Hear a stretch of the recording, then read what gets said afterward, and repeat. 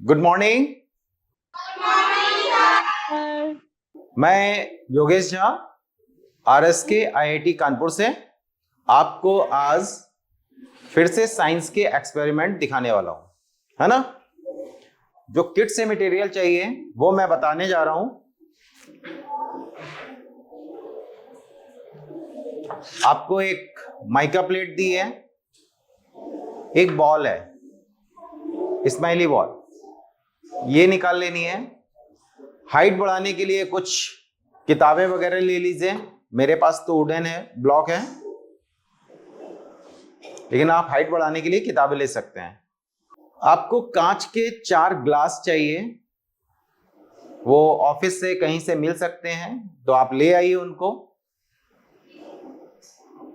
एक मग में पानी भर लीजिए। किट से सामान निकालेंगे आप, तो उसमें आपको बता दिया है स्माइली बॉल, माइका प्लेट,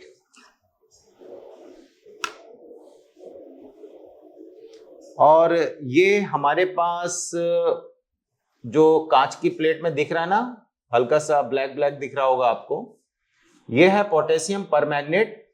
आपके किट में रखा हुआ है, तो ज्यादा नहीं निकालना है, उसके 2-3 कण चाहिए। पानी को घोलने के लिए कोई भी आप स्पून वगैरह ले सकते हैं। आपको इस तरह की आपके किट में डिब्बी होगी जिसमें लिखा होगा पोटेशियम परमैंगनेट। यहां पर इस तरह से स्लिप लगी होगी, उस पर लिखा होगा पोटेशियम परमैंगनेट। तो उसी से आपको 4 से 5 कण निकालने हैं, ज्यादा नहीं निकालना है। और उसको आप निकाल करके रख लीजिए अपने पास, फिर बाकी का कैप लगा करके रख दीजिएगा। 4 से 5 कण चाहिए आपको, उसके 4 से 5 कण चाहिए बस। तो हम अगला स्टेप आगे बढ़ते हैं मोशन में आज।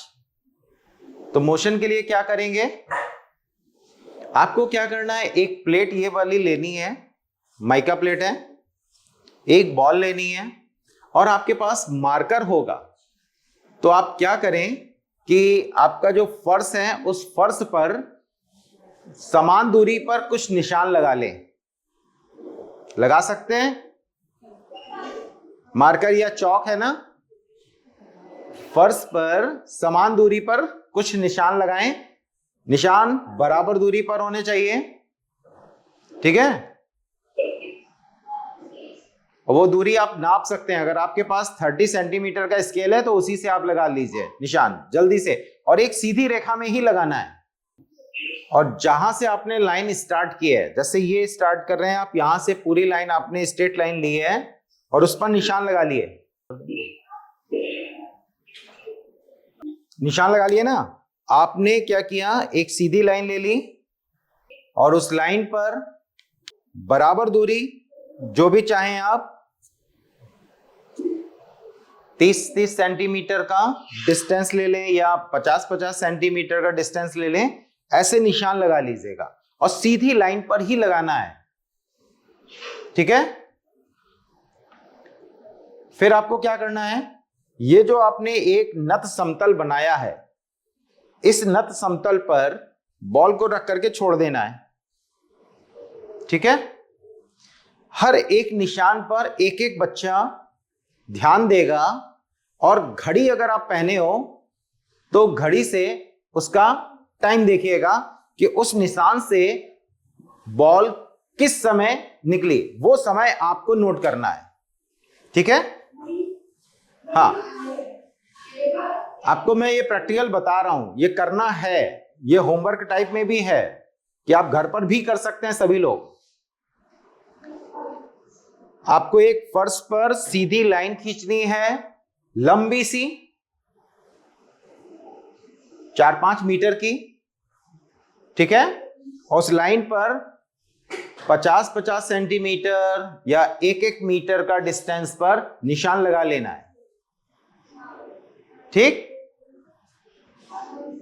और आप ग्रुप में काम करिएगा, हर एक निशान पर 8 से 10 निशान लगाइएगा, हर एक निशान पर एक एक बच्चा बैठ जाएगा घड़ी लेकर के, और कम हाइट, हाँ, नत समतल की हाइट को ज्यादा नहीं रखना है, थोड़ा कम रखना, और उससे बॉल को आपको छोड़ देना है।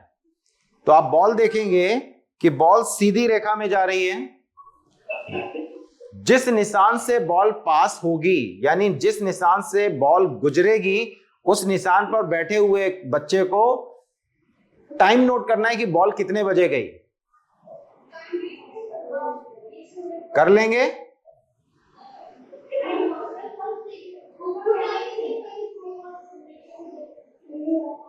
कर लेंगे ये काम?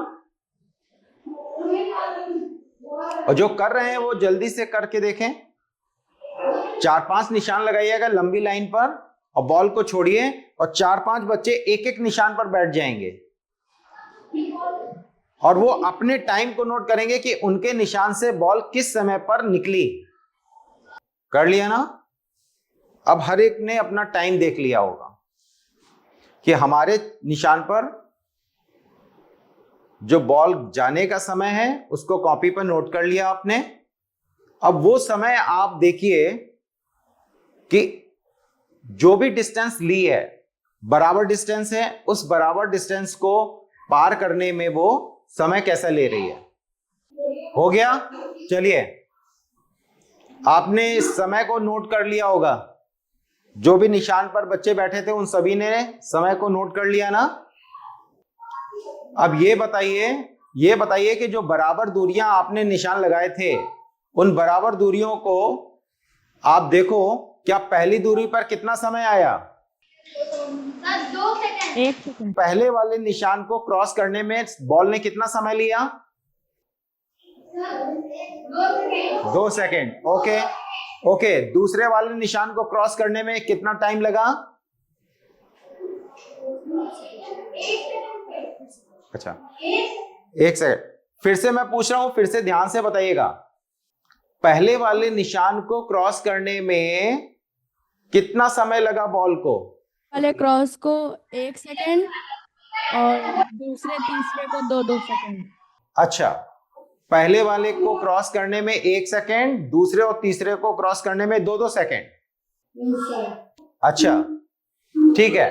तो अब आपको ये प्रैक्टिकल करने से क्या चीज समझ में आ रही है? आपने बॉल को तो छोड़ दिया था ना, पहला जो जहां से प्लेट रखी है वहीं से डिस्टेंस जो पहले लिए, और डिस्टेंस जो आपने ली है वो सभी निशान जो है बराबर दूरी पर है ना? ठीक। पहली दूरी को क्रॉस करने में कम समय लगा ना? Yes sir. दूसरी को क्रॉस करने में उससे ज्यादा समय लगा? Yes sir. फिर अगले दूसरे निशान को क्रॉस करने में ज्यादा समय लगा। हाँ, पहले वाले को क्रॉस करने में 1 सेकेंड, दूसरे वाले को क्रॉस करने में 2 सेकेंड, और तीसरे वाले को क्रॉस करने में कितना लगा? 2 सेकेंड। अब आप एक चीज ये बताओ, जब पहले वाले को क्रॉस करने में 1 सेकेंड लगा, दूसरे वाले को क्रॉस करने में 2 सेकेंड लगा, और तीसरे वाले को क्रॉस करने में भी 2 सेकेंड लगेगा।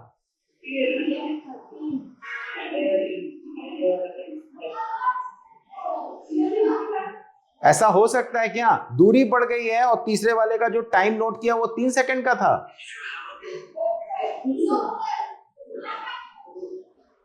नहीं था?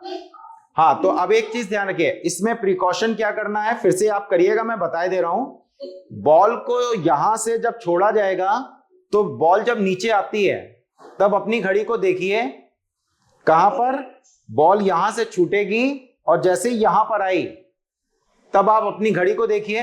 पहला बच्चा हो, चाहे दूसरी लाइन पर बैठा हुआ बच्चा हो, चाहे तीसरे वाले लाइन पर बैठा हुआ बच्चा हो, सभी को यह देखना है, उसी समय से अपनी घड़ी को देखना है। और देखने के बाद ये बॉल लुढ़क करके पहली लाइन को क्रॉस करेगी। उधर पे बैठे हुए बच्चे को अपना टाइम नोट कर लेना है। दूसरे वाले बच्चे को दूसरी लाइन जब क्रॉस करेगी तो दूसरे वाले बच्चे को टाइम नोट करना है। तीसरी लाइन को क्रॉस करेंगे तो तीसरे वाले बच्चे को अपना टाइम नोट करना, लेकिन सभी बच्चों को यहां से देखना है कि बॉल यहां से चली तो कितना टाइम लगा। तो ये इस तरह से ये प्रैक्टिकल करना है। अब तीनों बच्चे देखेंगे कि यहां से ये समय पहली लाइन का, दूसरी लाइन का और तीसरी लाइन का, तो आप पहले वाले समय को दूसरे वाली लाइन के समय से घटा देना, ठीक है। फिर दूसरे वाले समय को पहले वाले लाइन के समय, तीसरी वाली लाइन के समय से घटा देना। फिर देखना क्या वो अंतर बराबर आ रहे हैं, बराबर आ रहे हैं ना। Very good. तो आपने देखा क्या कि हर एक डिस्टेंस को कवर करने के लिए बराबर समय लग रहा है ना। हाँ, लेकिन यहां पर स्पीड बहुत तेज है, इसलिए आपको दिख रहा है कि यहां पर समय बराबर लग रहा है बराबर दूरी को तय करने में, यानी कि समान दूरी को तय करने में समान समय लग रहा है। आपने यहां पर देखा, ऐसा आपको निशान लगाने पर आपने जो प्रैक्टिकल किया वो आपने देखा, ऐसा होता नहीं है। धीरे धीरे बॉल जाकर के क्या करती है, रुक जाती है। तो समय आप जब देख रहे हो ना, तो बॉल की गति इतनी तेज है कि आपने देखा कि समान दूरी को समान समय में बॉल क्रॉस कर रही है, ठीक है ना। इस तरह की भी गतियां होती हैं। तो यहां पर जब देखा कि समान दूरी को समान समय में कोई वस्तु तय कर रही है, तो वस्तु की उस गति को हम एक नाम दे देते हैं। वो नाम क्या है, कौन सी? सरल रेखा में तो चल रही है, सीधी रेखा में चल रही है, लेकिन समान दूरी को समान समय में पार कर रही है। मतलब एक सेकंड में उसने 1 मीटर चला, अगला जो दूसरा सेकंड था उस 2 सेकंड जो अगला वाला था, यानी कि फिर से वो 1 सेकंड हो जाएगा, 2 में से 1 घटाएंगे तो वो अगला जो 2 सेकंड था उस समय में भी उसने 1 मीटर की दूरी तय की। उसके बाद अगला जो तीसरा सेकंड था उस समय में भी उसने 1 मीटर की दूरी तय की, या उसके आगे भी जो समय आ रहे हैं सभी में समान दूरियां तय कर रहा है, यानी हर 1 सेकंड में बराबर दूरी तय कर रहा है। तो इस तरह की दूरी तय करने पर गति जो वस्तु कर रही है उसकी गति का नाम, उसकी इस तरह की गति को क्या कहते हैं, एक समान गति। हाँ, बुक खोल के देखिएगा, उसमें निकलेगा, इस तरह का है आपके में, है ना। एक समान गति बोलते हैं। अब क्या है, आप इसी को अगर बहुत दूर तक बॉल को देखते चले जाएं और काफी दूर तक और निशान लगा लें, तो आपको आगे जो दूरियां मिलेंगी उन सभी दूरियों को अलग अलग समय पर बॉल तय करेगी। भले वो समान दूरियां हैं, लेकिन हर एक दूरी को अलग अलग समय पे तय करेगी। तो समान दूरी को विभिन्न समय में तय कर रही है, तो इसको कौन सी गति कहते हैं? समान समय में समान दूरी तय करती है वस्तु, तो वस्तु की इस तरह की गति, समय और दूरी के आधार पर जो गति है, समान समय में समान दूरी तय कर रही है, तो वस्तु की इस तरह की गति को हम एक समान गति कहते हैं। तो इस प्रैक्टिकल को असमान गति कहते हैं उसको। इस प्रैक्टिकल को आप घर पे करके देखिएगा। कोई वस्तु अगर भिन्न भिन्न समय में अलग अलग तय करती है तो वो असमान गति कहलाती है। हाँ, भिन्न भिन्न समय में अलग अलग गति, असमान गति कहते हैं ना। इस तरह से आपने पढ़ा हो, तो ये आप करके देखिएगा, और इसके बाद फिर इसका ग्राफ भी बना करके देख सकते हो आप लोग। नेक्स्ट जो 1 वीक रहेगा, इस वीक में ये आपका होमवर्क है। आप बॉल को लुढ़काइए, 5-6 बच्चे ग्रुप बनाइए अपना, और बॉल को लुढ़काइए सभी क्लास में बैठ करके, और देखिए कि हर एक का रीडिंग नोट करिए, दूरी देखिए, समय देखिए, और उसके बीच में एक ग्राफ प्लॉट करिएगा, ठीक है। इतना समझ में आ गया? तो एक समान गति और असमान गति दोनों ही एक सीधी रेखा पर होती हैं, यानी कि सरल पथ पर होती हैं, तो इनमें समय और दूरी का संबंध होता है। इसके आधार पर इनका नाम दिया गया है। ठीक है ना? चलिए, तो ये काम आपको घर पर करना है। घर पर भी कर सकते हैं अपने भाई बहनों के साथ में, या फिर आप स्कूल में ही अपने फ्रेंडों के साथ में भी कर सकते हैं। और बहुत बढ़िया इसमें ग्राफ भी प्लॉट हो सकता है। आपको पता चलेगा कि बॉल को लुढ़का दिया तो कहां तक एक सीधा ग्राफ बन रहा है, मतलब स्ट्रेट लाइन में आ रहा है, कहां से कर्व हो रहा है, ये सब दिखेगा आपको, है ना? चलिए, तो ये प्रैक्टिकल हमारा समाप्त होता है। अब दूसरा हमको एक प्रैक्टिकल करना है, जिसके लिए आपको कांच के ग्लास चाहिए। 3 से 4 ग्लास होने चाहिए। है आपके पास? पानी से भरा हुआ एक मग होना चाहिए।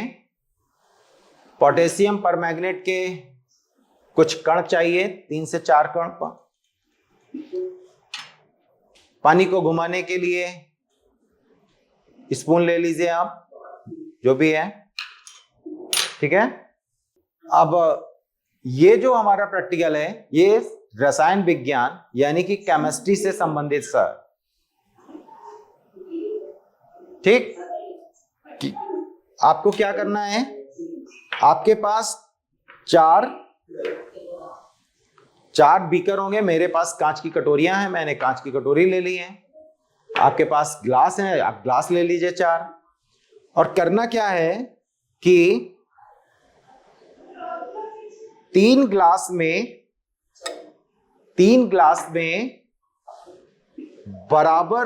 बराबर मात्रा में पानी भरना है, 3 ग्लास में। ठीक है? बराबर मात्रा मतलब आप अगर 90 ml ले रहे हैं तो 90 ml ले लीजिए। बराबर मात्रा में पानी भरना है। ठीक है? 3 ग्लासों में बराबर मात्रा में पानी भरना है।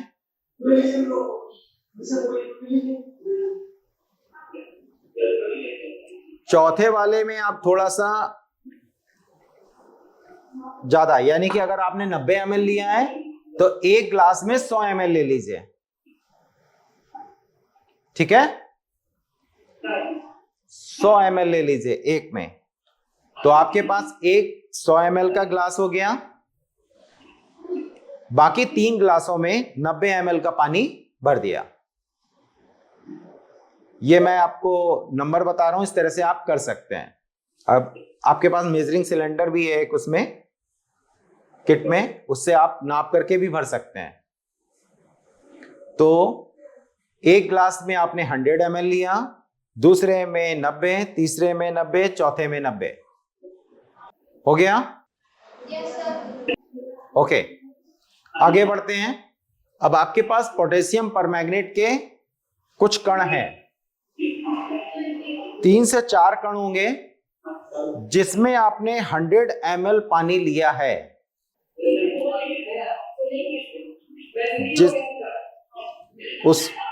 उसमें आप पोटेशियम परमैंगनेट के 3 से 4 कण डाल दीजिए, जिसमें आपने 100 ml पानी लिया है। ठीक है? डाल दिया और उसको स्पून से घुमा दीजिए।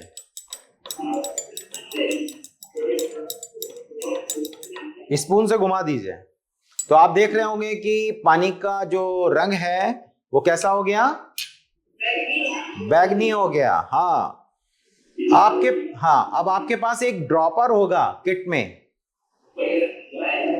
आपके पास ड्रॉपर होगा, मेरे पास सिरेंज है, इसमें लिखा हुआ है। तो आपके पास ड्रॉपर है, किट में डला हुआ है। उस ड्रॉपर को निकाल लीजिए। अब आप क्या करेंगे? इस ड्रॉपर से एक बार में पुश करके देखिए, उसमें रीडिंग लिखी होगी 2 ml 3 ml ऐसे कुछ लिखा है। 2 ml 3 ml ऐसा कुछ लिखा है, देखो लिखा है ना। देखो नीचे से 1 2 3 ऐसा कुछ लिखा होगा, दिख रहा होगा। हाँ ठीक, तो 2 ml आप इसमें पानी भर लीजिए। कौन सा? जिसमें पोटेशियम परमैंगनेट आपने डाला है, 2 ml लिया आपने, ठीक है। अब ये 2 ml पानी एक पहला जो 90 ml वाला ग्लास है उसमें डाल दीजिए।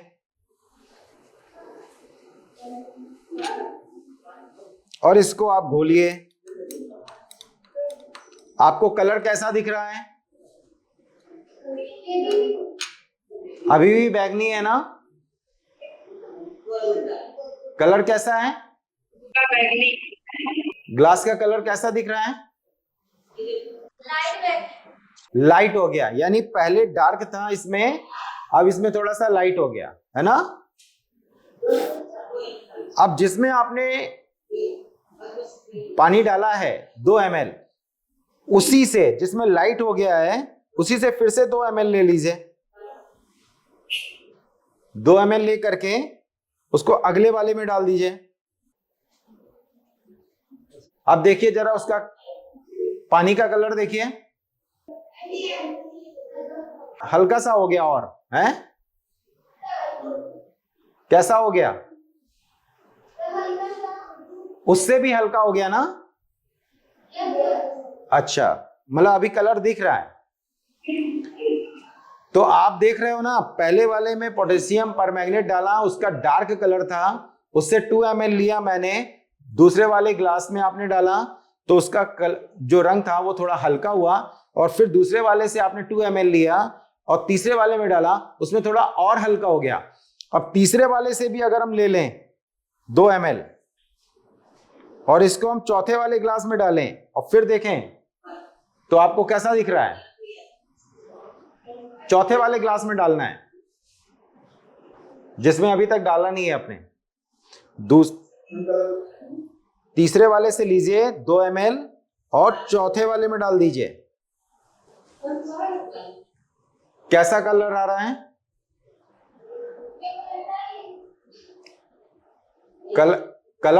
कलर वैसा ही है या फिर कोई चेंज नहीं दिख रहा है?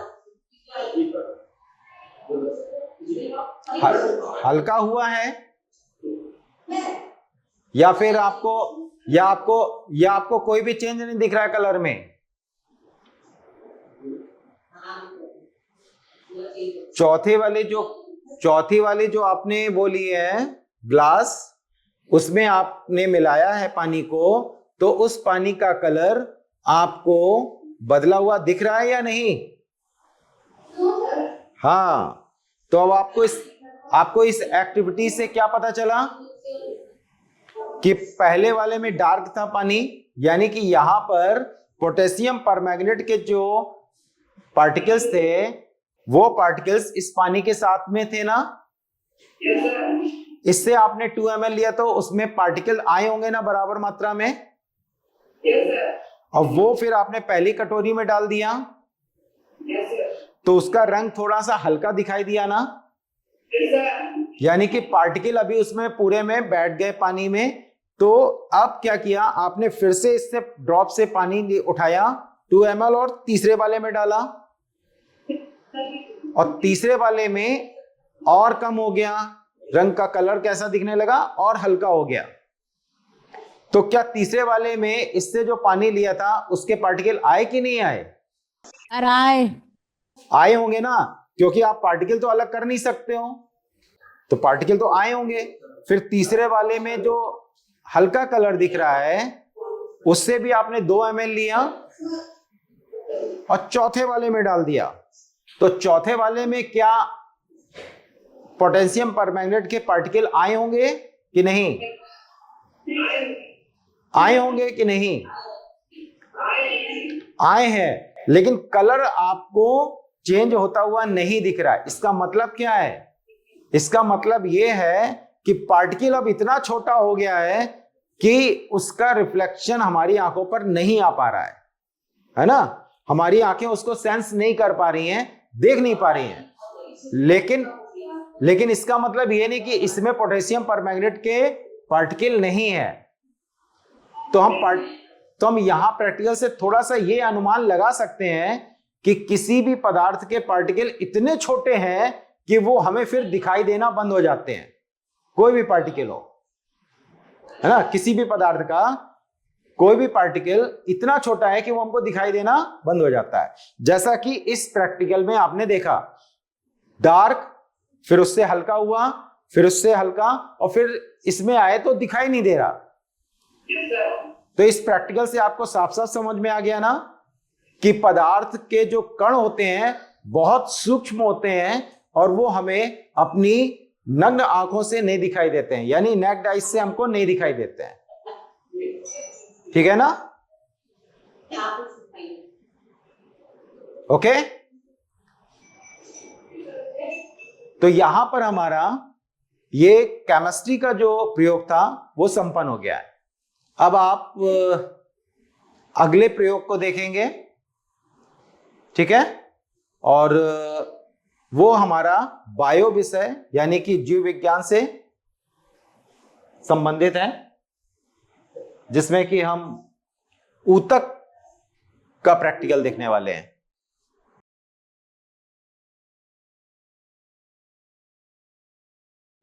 नमस्कार, मेरा नाम है कामोजित सांत्रा। आज हम एनसीईआरटी सिलेबस में 9वीं कक्षा के जीवन विज्ञान में पढ़ाए जाने वाला अध्याय बाध्य ऊतक में से एक प्रयोग के बारे में सीखेंगे। प्रयोग का नाम प्याज की एपिडर्मल ऊतक का सूक्ष्मदर्शी दृश्य। प्रयोग का उद्देश्य एक यौगिक सूक्ष्मदर्शी द्वारा प्याज के एपिडर्मल ऊतक में से कोशिकाओं की जांच करना। इस प्रयोग के लिए हमें चाहिए होगा एक यौगिक सूक्ष्मदर्शी यानी कंपाउंड माइक्रोस्कोप, एक साबुत प्याज, एक चाकू, सैफ्रोनिन डाई, माइक्रोस्कोपिक स्लाइड और कवर स्लिप्स और एक चिमटा। तो आइए इस प्रयोग के विधि के बारे में जानते हैं।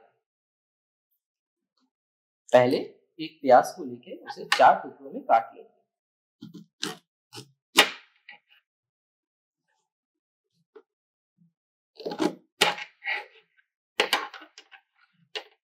उनमें से एक परत को हटाएंगे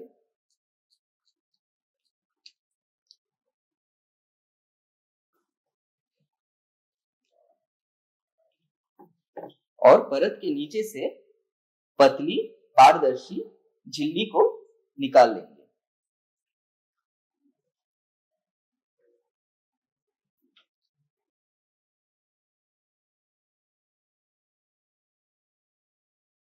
अब परत के नीचे से पतली पारदर्शी झिल्ली को निकाल के एक माइक्रोस्कोपिक स्लाइड के ऊपर रखेंगे।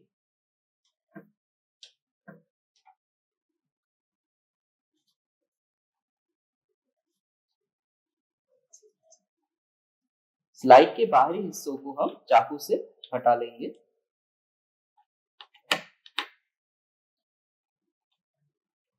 अब इसके ऊपर हम लोग 1 बूंद सैफ्रोनिल रंग डालेंगे और इसे 1 मिनट के लिए छोड़ देंगे।